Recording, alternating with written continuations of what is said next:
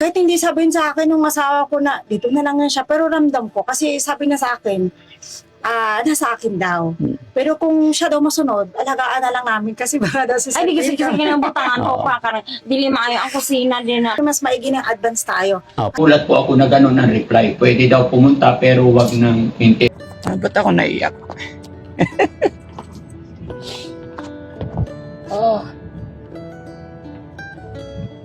Magaling na kasi si Nancy, mga kababayan. Malambing, mabait. Lulungkot ako. Hindi ko alam. Malalaman nyo rin yan.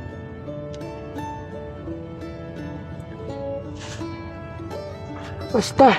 Kahit hindi sabihin sa akin nung asawa ko na dito na lang yan siya, pero ramdam ko. Kasi sabi na sa akin, nasa akin daw.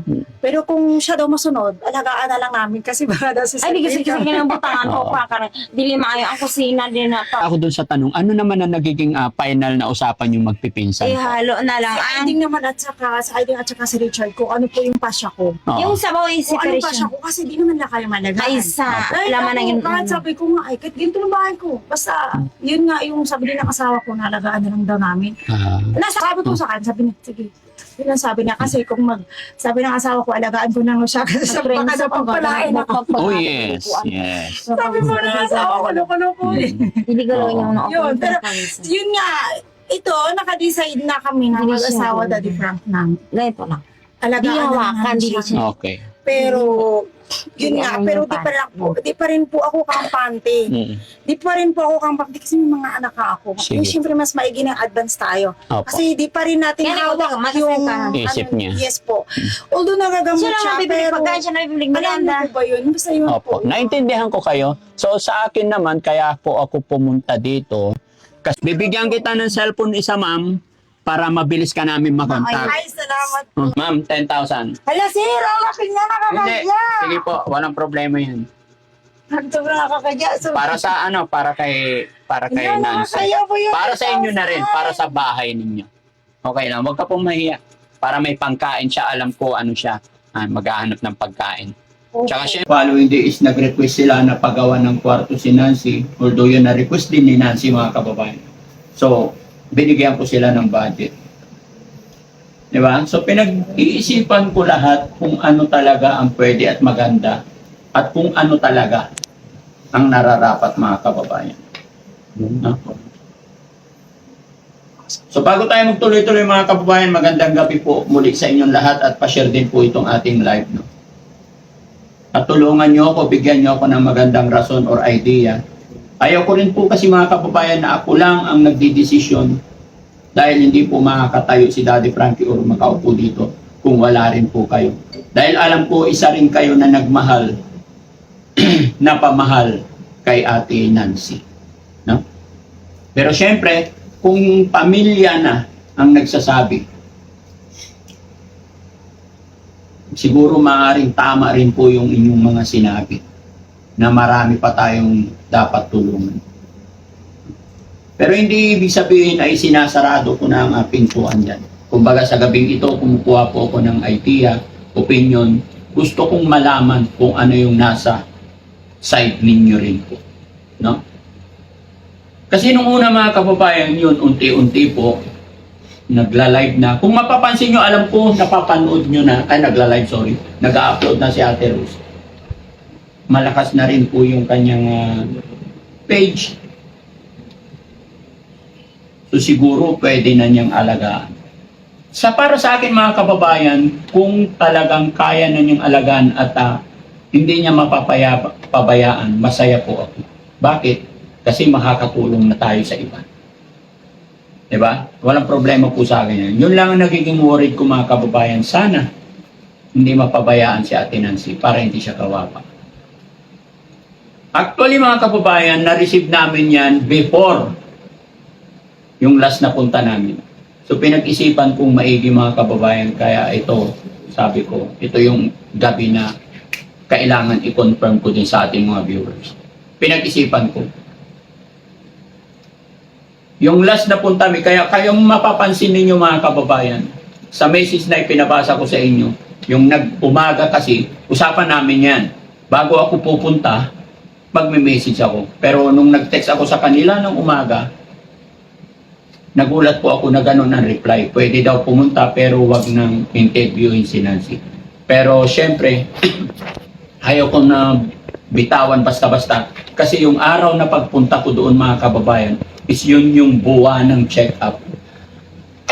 Excuse. Yun yung buwan ng check-up ni Nancy. So, inisip ko pa rin ang kapakanan ni Nancy mga kababayan. Kaya nagpunta ang team at nabilhan pa namin ng 1 buwan gamot ni Nancy. So, ang iniisip Oo, namumubli maguna si Rosie. Asa nila doon. Rose, bilhan mo siya ng damit, ha? anak. Bilang mo lang siya ng sinina. Rose, 5 damit ha? 5 damit. O, 5 damit. Okay na yun. Basta Ah, na ako damit lang problema, magpalit-palitan hawakan pa. O, 1 damit. Oo. 2 damit. Oh. Damit ha? 3 damit. O, damit ha? Bakit pa iba pa siyang binibili? Maliban sa damit? Ewan ko. Ibili ko, damit pa ibigay sa'yo. O, damit. Di kulang pa yan. O. Ilan na? Ilan na? Bilangin mo. Oo. Bilangin mo. Upatra. 4 na damit. O, 5 damit ha? O, 5. O. 8 pa kagay. Tapos may mga nag-sponsor din sa kanya, binigay namin. Sana tuparin na lang yung ano no, mga damit na yon, kwarto niya. Ngayon, sir, syempre wala nang mag-aalaga sa kanya dahil wala na nga si ate. So, yun nga, baka pwedeng, ano muna, hiramin. Hiramin ba namin? Tama ba yung word? Hiramin muna namin siya. Syempre, pinsan ko yan. Namimiss ko din siyang kasama ka, ganyan siya. Habang wala daw akong nahanap at wala na si Marites, nagkikiusap sila na lang muna ang mag-aalaga. O, sige, pagbibigyan ka namin. Kasi syempre, sino ba naman kami, mas may karapatan kayo dito. Sige Basta po. ipapakiusap ko lang is yung tamang pag-inom talaga before bedtime lang. Kung pwedeng sabihin hindi kasi kayo ang may mas karapatan dahil pamilya nyo to. Okay Kami po, gumagawa lang kami ng paraan para matulungan siya. Leveling sabon pang bibili ng Meron tayong budget. Hindi, mag-iwan din ako ng ano. Pampaligo namin nga. Pampaligo ko na, shampoo. Oo, ganito na lang. Mag-iwan na ako ng budget para masimulan mo na. Okay? Hindi ko pa rin, hindi ko alam. Paano Oh. alam? Hindi, okay lang. Itatanong ko At muna sa least, asawa ko. at least may budget na ako ini. Pag magdadagdag na lason. Mga kaluganon niya, yung mga lukalug yung ingredient ng tiyan natin. Pigilan yan. Ha, di mo na ko. Tagal-tagal nyo pagsama dito. Di mo na siya naasikaso. Mag-iwan ako ng budget niya. Nga dapat maano yung mga kwan niya, yung mahaghag niyang maging maipit na sila. Yan niya. Hindi pa kami nag-usap ng asawa ko. 20. May bigas pala. Ayan. May Oo.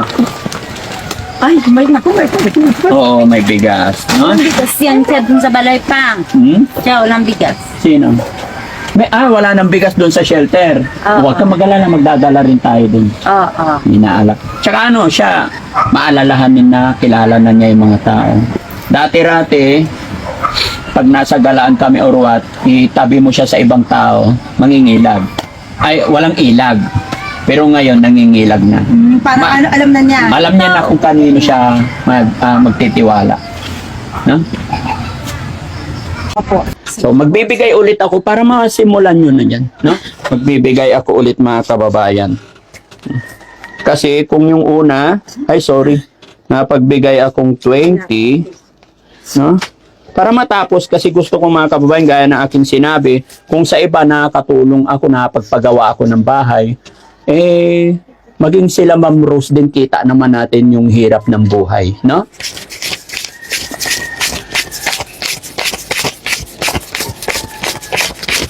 Another 20 po. Sige, i-order niyo yung mga... Sir, thank you so much po, sir.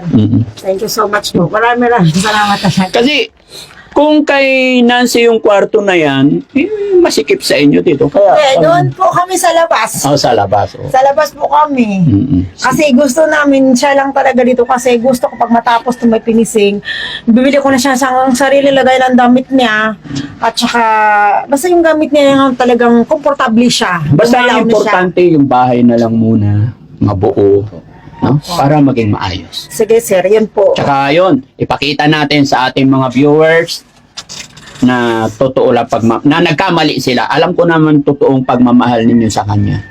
No, tsaka kay Sir Jury, salamat sa napaka-supportive na asawa. Parang si Ma'am Rose po ang totoong magpinsan at tsaka si Nancy, Opo, di kami ba? po, bali yung nanay niya at saka tatay ko po, magkapatid.